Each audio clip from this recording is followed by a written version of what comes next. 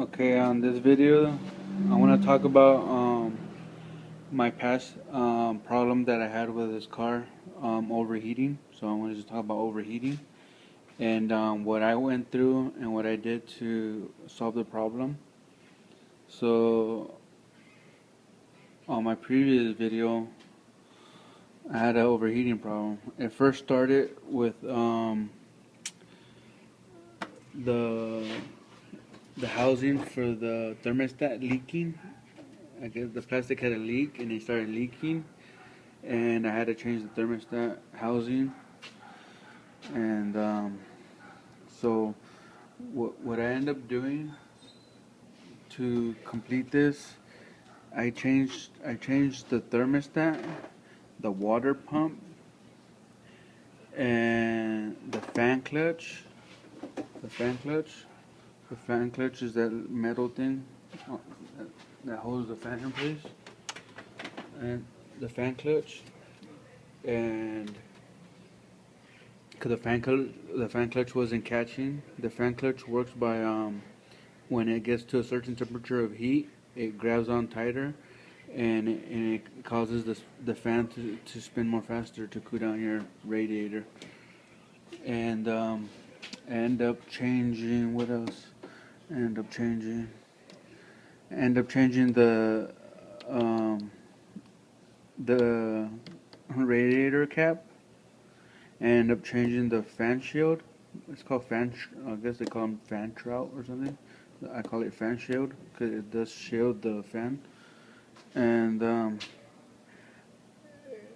I believe, and I end up cleaning out the fluid, or because when I end up taking these hoses off, I had to put new liquid or new antifreeze in there. So I changed the liquid, and my car was running pretty nice. Running pretty good with no overheating for a while, and my car randomly started overheating again. Um, um, at stoplights, when you're idling, when you're parked, your car will just overheat randomly, and it'll cool down. And my my clutch thing on my for the overheating thing on other cars, if you have a good thermostat, it will stay all the way to like the 11 o'clock, and on mine it always goes to the 12 o'clock and a little less than the 12 o'clock, but not exactly on the 12 o'clock, and that's just normal right there. But that's because I have a cheap thermostat. And this is what I found out differently with this after the last thing. Okay, I'm gonna tell you right now. What was my problem on the overheating thing is because when I bought my car a long time ago, like 3 4 years ago, my friend had that I bought it from had a freeze plug. Yeah, a freeze plug. Pretty much on the engine block, they have a little freeze plug. It's like a metal aluminum thing that go onto the block, and I believe this one have like 3 or 4 of them. And the one right here, I don't have light, but it's right there. You can see it. I had to pull it out and replace it. I paid a mechanic at that time to replace my freeze plug because my friend had a lot of overheating problems on this car before I bought this car. So I put the freeze plug, and for him to stop the water from leaking, he would he'll buy, and I'll tell you one thing: if you do really have to buy that powder stop leak, if you really have to go ahead and use it. But I'll let you know one thing: if you use it, that powder stuff, you put it into your radiator, and eventually, and what happened to me eventually, that powder and liquid and all that chemical stuff, well, on mine it turned it brown, and all around it has that that rocky things that the powder has. So what ended up happening with mine, I did all this fixing that well, pretty much I needed it because my car was over so many years old and none of this has been replaced. My radiator, the radiator has little tubings that go this way, left to right, left to right. And what ended up happening on my car, we'll just say it has 50 of them, but it really has more than them. So it has 50 of them. I'll say 25 of them in the bottom were clogged up with that chemical. So pretty much that powder stuff went through the engine, clogged the freeze plug, then came back out, and pretty much all the chemical just stood on the bottom of the radiator. So pretty much the radiator is like it's supposed to suck wind from under the car and from right here, from the bottom. Just half of the radiator was cooling down my engine.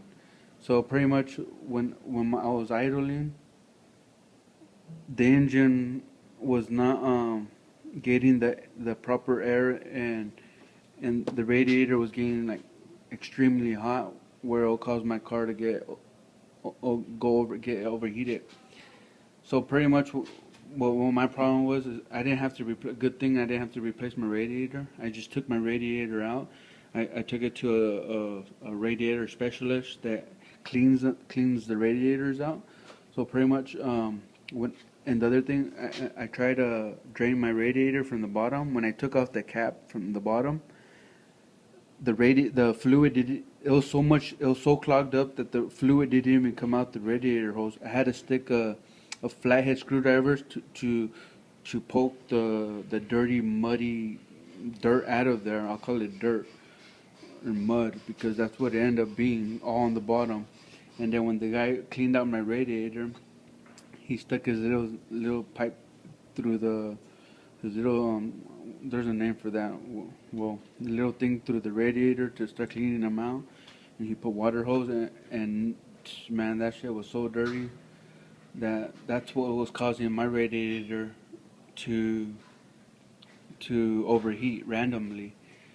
Because how I got away with it for a little while is because changing up my water pump and cleaning out the liquid from before just a little, and pretty much all the dirtiness just settled to the bottom of my radiator.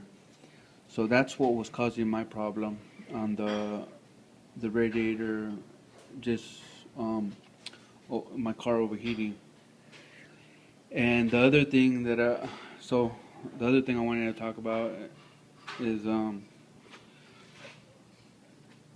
the water level. Your water level when you have water, as long as you're able to, when it's cooled down, well, your car has a little thing right here.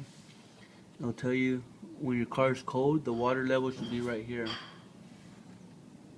right there. And then, so what you want to do is you should be able to look into your radiator and see water in there. If you don't, or antifreeze, don't put water in there. Put antifreeze in there, and just close your cap. And the other thing you want to do is just close it real good, nice and tight.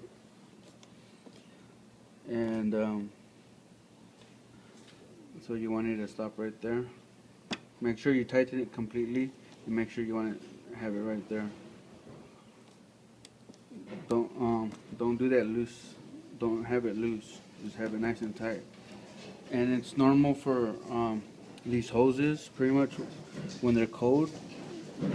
See how you feel it? It's nice and soft. When you feel it, these hoses are nice and soft. But when you turn on your car and your car builds up pressure, the radiator builds up pressure, and these hoses, they do get real hard. These hoses are meant to expand, and these hoses will get hard, and it's normal. And It's just because there's water and pressure expands in the radiator and all that, and it just builds up pressure on the hoses. And a lot of people always have that question, oh, why are my radiator hoses too hard? Well, it's normal. If it gets too hard, well, the radiator hose will blow, but that's if you have a head gasket leak where it's pushing more air, or pushing more air into your radiator, where your radiator can't hold the PSIs, and your hoses will bust. So that's another way if you want to find out if you have a head gasket blown. But normally, you will have pressure on these hoses when the car's real hot. When you turn your car when it's warm, it won't have too much pressure, but it will when your car's running at normal temperature. So, pretty much what it is, down to it, I did the whole complete flush, or the whole complete set of my cooling system replaced pretty much, and just had my radiator cleaned out, and that solved my problem. And like I said on my previous video, the number one thing on these cars, keep your car at temperature. Don't let it overheat. Don't just keep your oil. Always check your oil.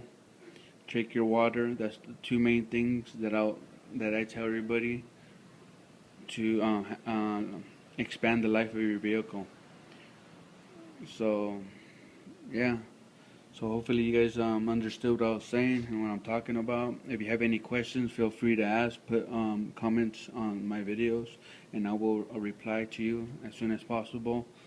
And hopefully I can answer your questions. But all my videos that I make, I put them up because I experienced the problems, and